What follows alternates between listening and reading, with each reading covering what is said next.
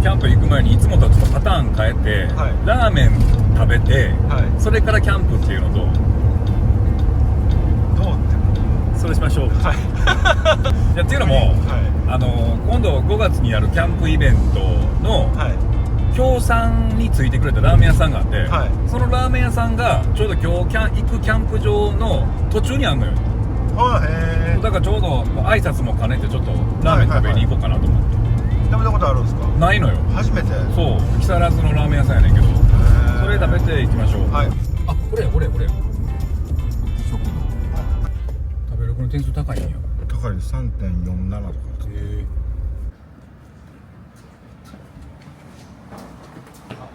食券や。や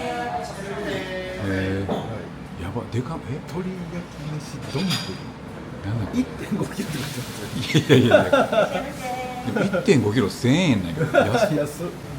あ、でも豚骨系なんやな。あ、来るね。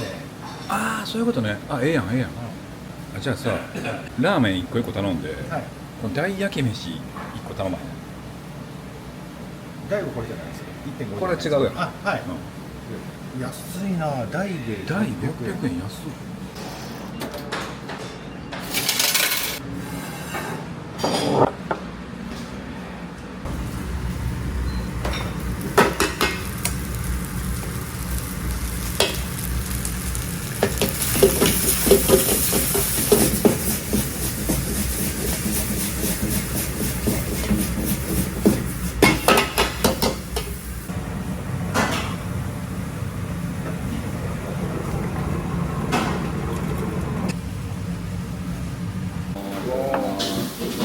ラーメンになります。う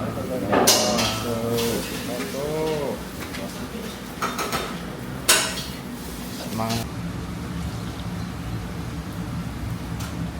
っ。あ、確かになんか博多の豚骨とちょっとちゃうな。あ、なんか見た目より全然あっさり。コクはあるけどあっさりみたいな。よかったらうまくて、お待たせしました。うわ。うわ、すごい。どうですかこのチャーハン。なんぼ大って言ってもでかすぎないかと。すごい量ですよこれ。本当にたんまり食べれます。でこのチャーハンなんとね、残ったらアルミホイルとか袋とかくれるんで持って帰ります。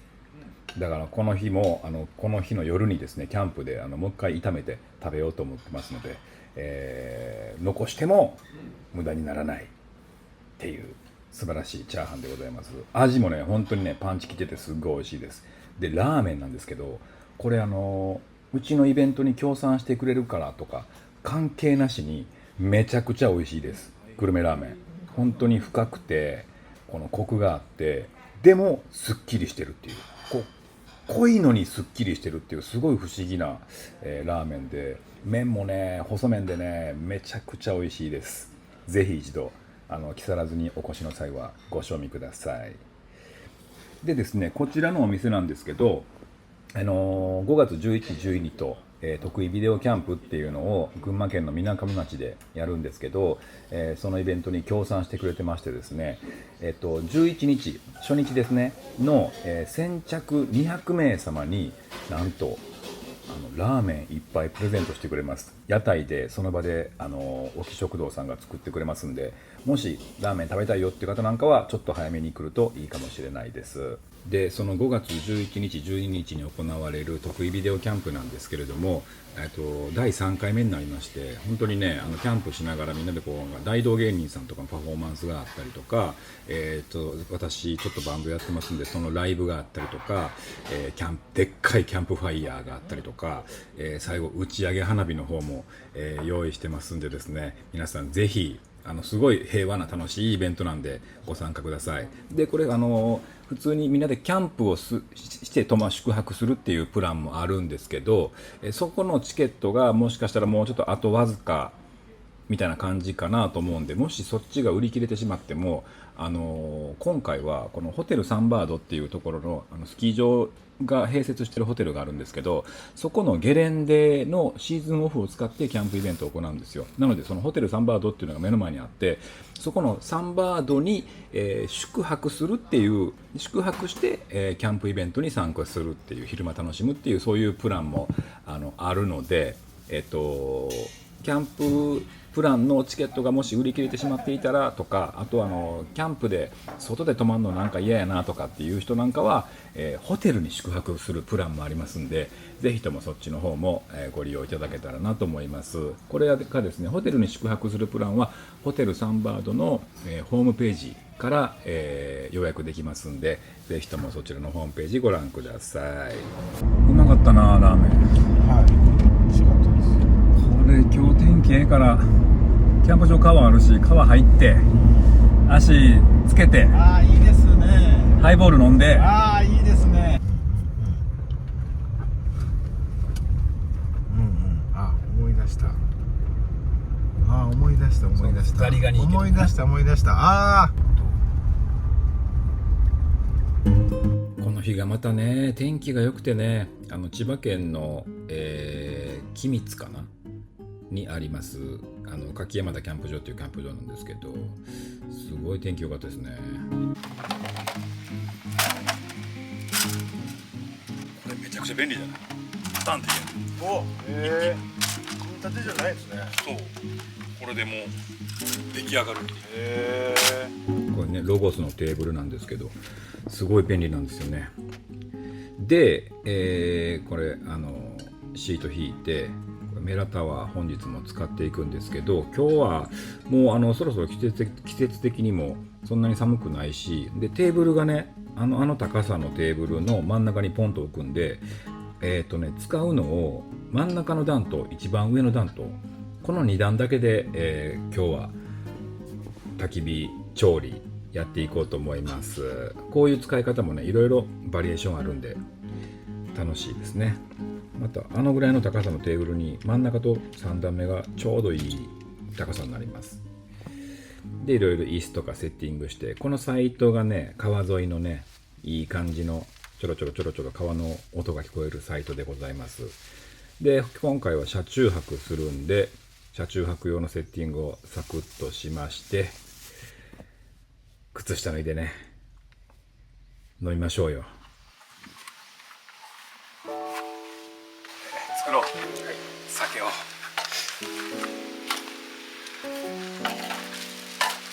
れはいいぜ。いやー、いい季節がやってきたなこれ。おい。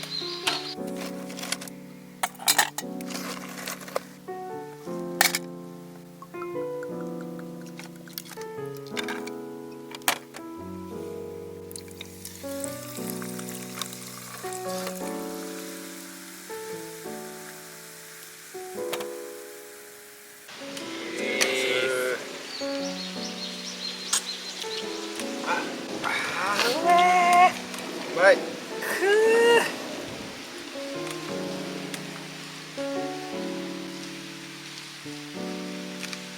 ょっと下行きますか。下行く。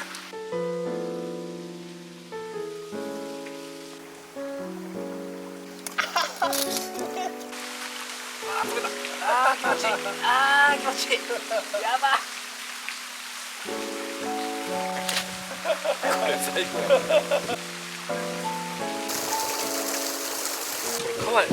川の中で座るやつやったら。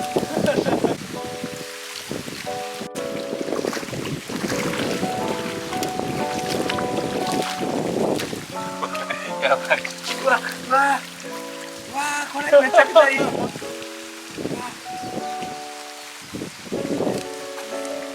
わマジこれ以上のハイボールないかもしれない。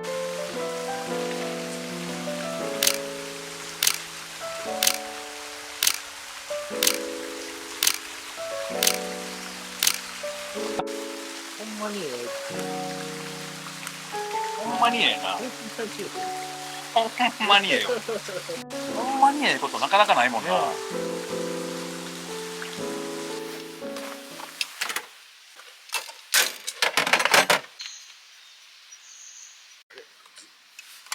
けるやつってあ時間置かなくていいんですか？そうや、漬けとかな。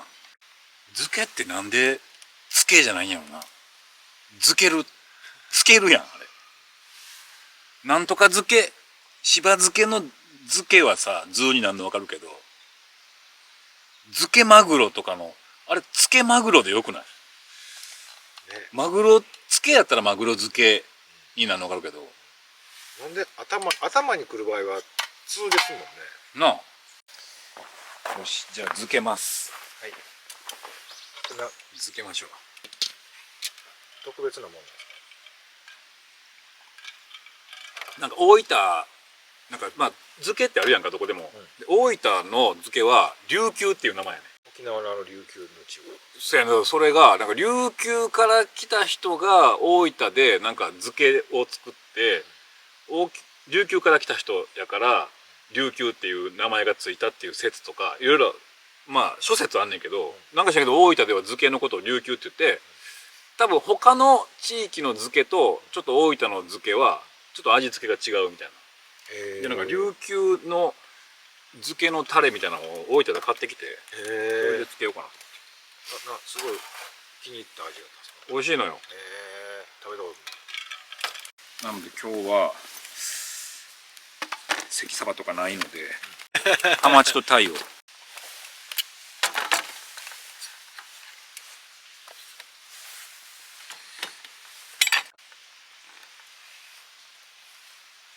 いに行くんですね。アッキーのとこのグッズで、この琉球のやつをかけるだけっていう、で本当は向こうではこう薬味とかと一緒に食べんねんけど、つけて食べるじゃダメなんですか？いえいえ、つけとかんと味染み込むやん。だからその醤油の海苔じゃダメなのよ。じゃダメなんですね。漬けやん。まあ漬けマグロはマグロに醤油つけたらとちゃうやん。わかりますけど、そういうものなんですね。漬けってそういうものやん。いや、そういうもんなんですけど、つけたらダメなんですかって言い出したらもう漬けを全否定することになるから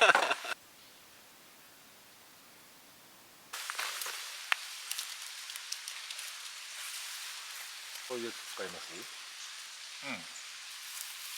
結構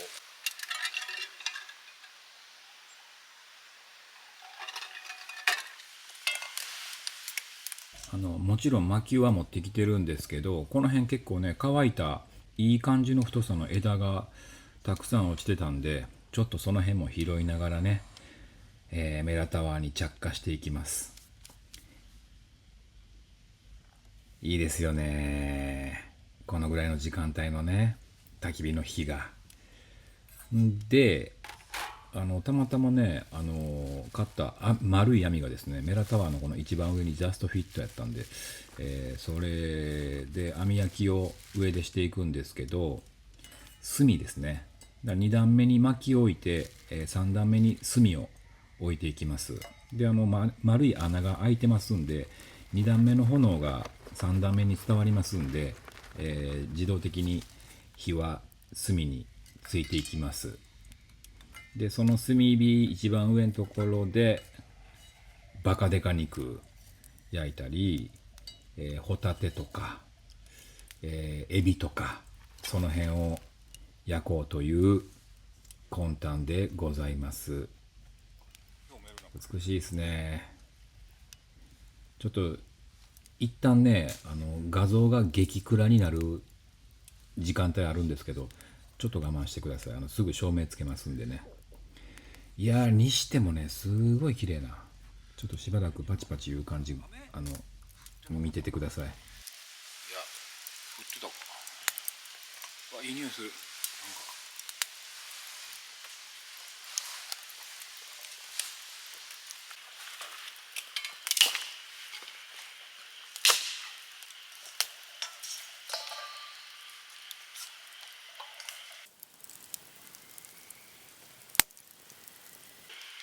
またそうそうなったりとか、そうそう。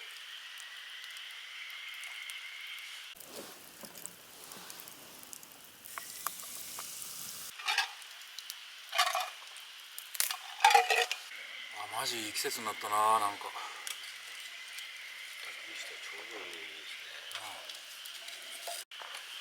そろそろ漬けいっちゃう？はい。ほら、透き通ってこれ綺麗よ。ほんまや。あれもううまっ。うんまっ。な。な。琉球うまいのよ。うまっ。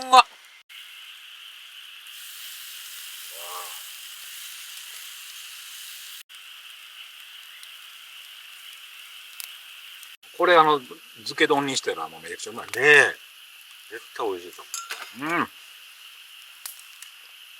甘い醤油がうまいよな。う。ね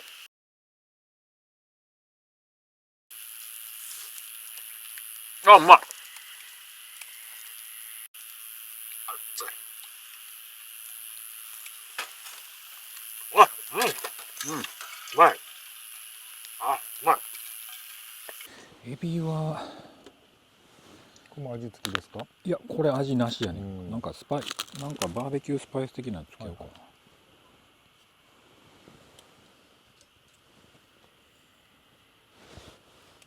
ちょっとこれにしてみようかな。あ、そうだ。サラダを作られてるの覚えてます？そうやった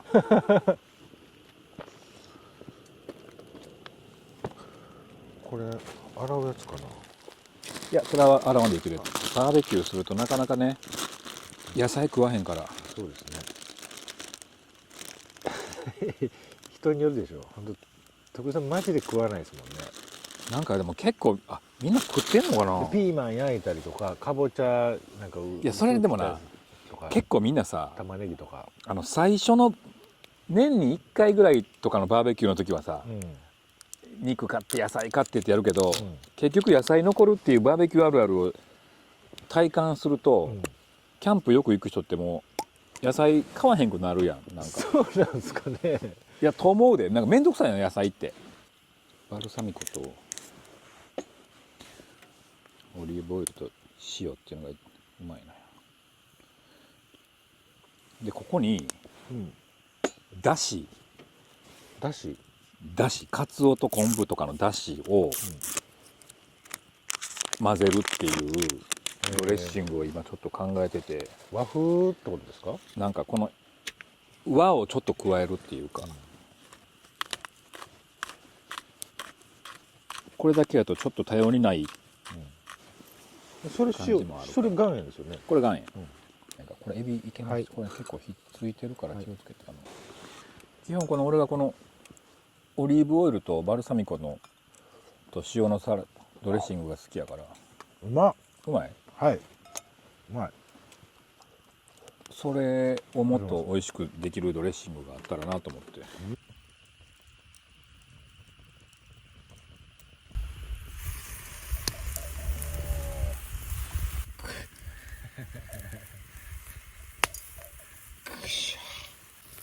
これちょっとうまそうすぎひん。なんか肉うまそうすぎ若い子とか使いますね。ひん。若いこれ。家で酒飲みます？飲むよ。まあ毎日じゃないけど。もう家でお酒はそのビールとかじゃないですけど、ウイスキーとか焼酎とかあるんですけど、もう家で飲んだらもうなんか終わりそうな気がしてね。ほんまに。まあな、酒量がどんどん増えていってやろ。で酒のちょっと飲まな寝られへんとか、そんなことになんか。俺もあれ多分40前後ぐらいの時に、結構家で飲んで、でも家で飲み出したら結構飲んでもうて、で結構がっつりめに酔っ払って寝るみたいなのが、結構多かった日あったけどな時。でも酒飲まな寝れへんようにはならんかったな。一人でなんか結構ベロベロになってなんかふわーってフラフラになりながらもうパターン寝るみたいなのが気持ちよかった時もあったけどな。でも結局そこまで酒めっちゃ好きとかじゃないから、適度になったな。うわうわ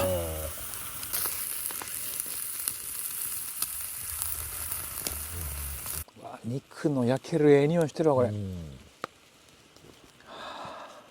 これもうこれ以上の肉の焼き方ないんちゃうこれ一番うまいやろこ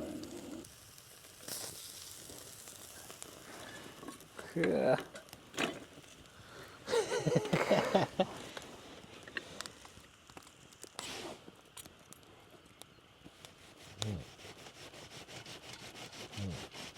あ、ちょうどいい、ちょうどいいっぽい。ちょっと全部切らんと。これでちょっとこの辺ちょっと表面炙ろうかな。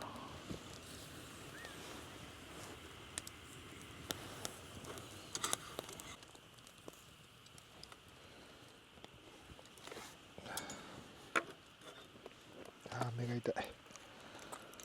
うまい。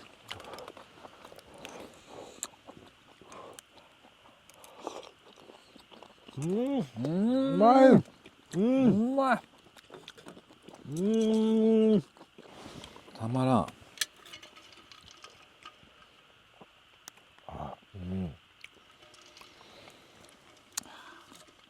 牛ってなんかこう人間のお口に合うように品種改良されてるんですかね。そらされてますよね。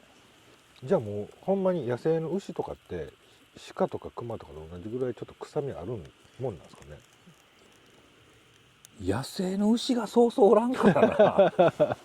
まあ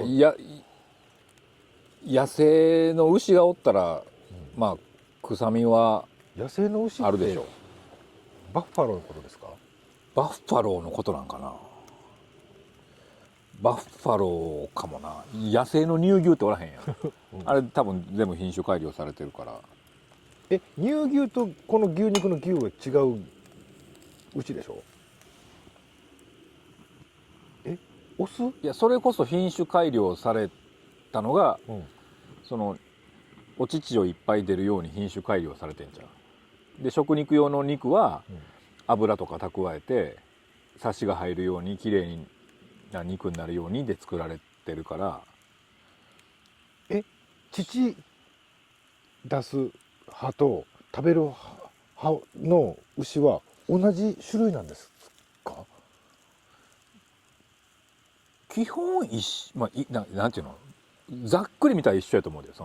そら中でほらいろいろ黒毛和牛のとかあるやんけど、ざっくりで言うと一緒やと思うよ。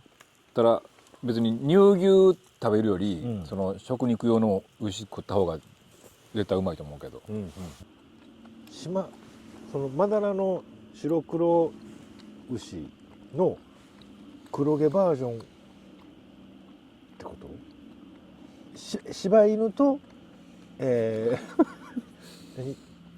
同じ犬でチワワと柴犬みたいなくらいの違いはないのかないんですかね。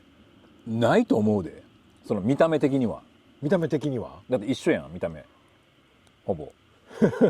その柄は違うけど。でもじゃあその同じようにその野生の牛がいるならば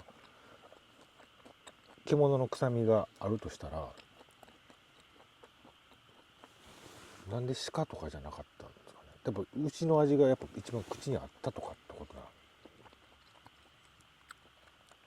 すよね。あと取れる肉が多いか。でかさね、効率ええんちゃう。サイズは確かに熊より数多いですね。熊の方が多分数は少ないですし、ね、あとまあその繁殖させるのむずいとかさ。確かに熊繁殖させるのむずそうやな。いやていうか熊買うのむずいよ。繁殖させるより買う方がむずいやろ。襲われるし世話してたら。そうか。おとなしい動物なのか。そうか。だから豚とかもそうですもんね。っていうかそもそも草食動物の方が臭みなんかないから、熊は雑食やからだから臭いねんあれ。でも野生のクマなんて、鮭か木の実食うてるでしょ。いや鮭か木の実でその辺のネズミも食えば何でも食うのよ。その辺の鳥とか。そっか。草食動物の肉は臭みがないのか。お前子供じゃないねんからさ。いやふとね、疑問が子供やな。お前ふと。バターさ、はい例えばはい。 90歳で死ぬとしたら、うん85から90までうん。どんな感じか想像してる？はしてない。どんな感じやったらいいと思う？どんな感じだったらいいって思ってる内面的なことですか。いや、どんな生活、暮らし。暮らし。うわ暮らしは90、じゃあ85としてうん80から85。いやなんかとりあえず動けるように動いときたいなとは思いますよね。まあな、なんか動くのは動きたいな。そうなんか寝たまま23年とかっていうのはちょっとね。せやな、できたら動きたいよできたらな。ね動きたい。もう老いもね、結局多分20歳の時とかよりも動きが遅くなっている、足も遅くなっている、体力も減っているっていうのは、おそらくそうであろうっていう感覚でしかないじゃないですか。もう比べようがないから、昔とはもはや、なんか50メートル走ね毎年取ってたらだんだん落ちてるなとかありますけど、だからやっぱりグラデーションでじんわり落ちていってるから、多分動かれへんなっていっても気づいたらこれできるようになってるって、もうその時はもう手遅れみたいな。まあまあ確かに。多分学生時代の高校生とかの平均タイムって学校で取ってるから、出てるじゃないですか。50歳の 100m 平均タイムってあるんですかね。うわ、ないんちゃう？ほんまに例えば100人とかでまあそうやな、データは取ってはんやろな多分。ネット上にあるんちゃう？それなんかあるんかな。なんかそんなんやっぱ見とかなあかんのかな。これで自分でがもうどんぐらいのもんな、平均なのか平均以下なのかっていうのはね、なんかある程度知っといた方がいい気がするな。50歳の 100m 走の平均タイムについては情報がありませんやって。情報がない、これはAI が概要をまとめたやつにはそう出てる。ちょっと待って、でも別のサイトやったら、これ 100m 走のタイムは高校卒業してしまえばその後の人生で測定する機会がほとんどありませんが、念のため載せておきます。高校生な、高校生の場合は高3で14秒、100m、で50代、こんな毛しか変わらへんの？16秒86。2秒2秒、まあ3秒やな、3秒弱。どこで急激に落ちるんですか？だって70の人は多分20秒で走れる気しないんですけど。確かに。でも50、例えば今もう今年49やん俺。別に走れんねん。別にガーって。いつ全力で走りました？全力で100ってなったら、もう多分10年以上前よそら。でも生活の中でさ、ちょっとなんかで新幹線間に合わへんとこで走るとかっていうのの雰囲気を見てると、100m、まあそこそこでは走れるなっていう感じはしてんのよ。ほんまですか？やけど、50前でそれやろ。これ60ぐらいじゃ走れへんくなるの。走ってるつもりでも傍から見たら走ってないでっていうのが60ぐらいなんちゃう？よっぽどマラソンとかしてる人以外。トミーズさんが、63とかなんかな、なんかもう走られへんって言ってたもん。まず走る気にならへんし、走れへんって言ってた。足が上がらんとかもあるやろな。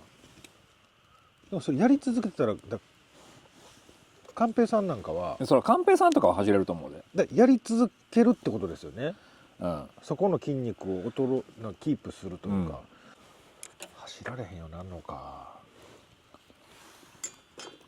俺でも正直、さっきバターが何か取りに行く時にパーって走っていった時、はおじいちゃんみたいな走り方やなって俺思ったけどな。い、いやー走りたいな走りたいな。ちょっとダッシュする一回その走る感じ。明日朝します？あまあ暗いからそうやな明日朝ちょっとやってみましょうか。ちょっと覚えといて、はいダッシュ。ほんで何秒ね何秒もちょっと何秒もそうやしやっぱりうんカメラで撮って、うん自分でどんな感じで走ってんのかっていうのはやっぱりみんな分からへんわ。みんな分からへん。俺でもだいぶ走れてると思ってるけど、うん変な走り方になってる可能性もあるしな。うん、だって言うて3年4年とかで体重もえらい増えてるでしょ。そうや。僕増えてないですもん、まあ確かにな。走れる気がするな。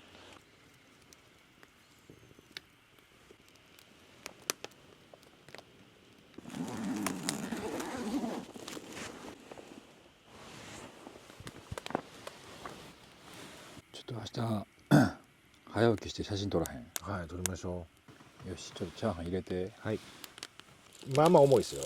OK。結構な量やなこれ食い切れん昼と夜に分けても食い切れへんのじゃんこれ600円ってすごいな。すごいですよ。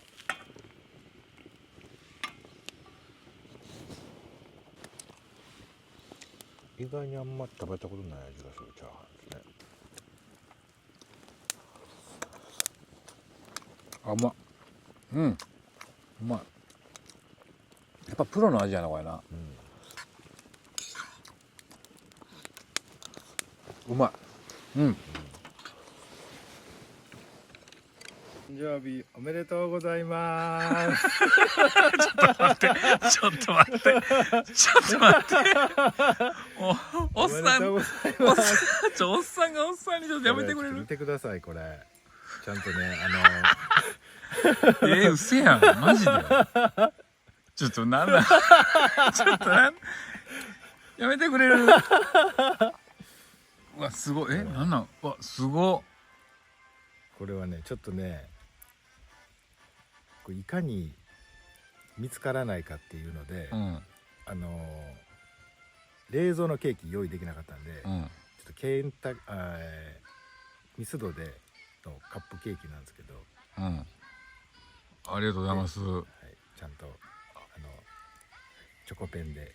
うわ、そうや、俺49になったんや。っていうか49になるなとか何にも思ってなかった今。じゃあちょっと1個残ってるんで消してください。あ、あ、おめでとうございます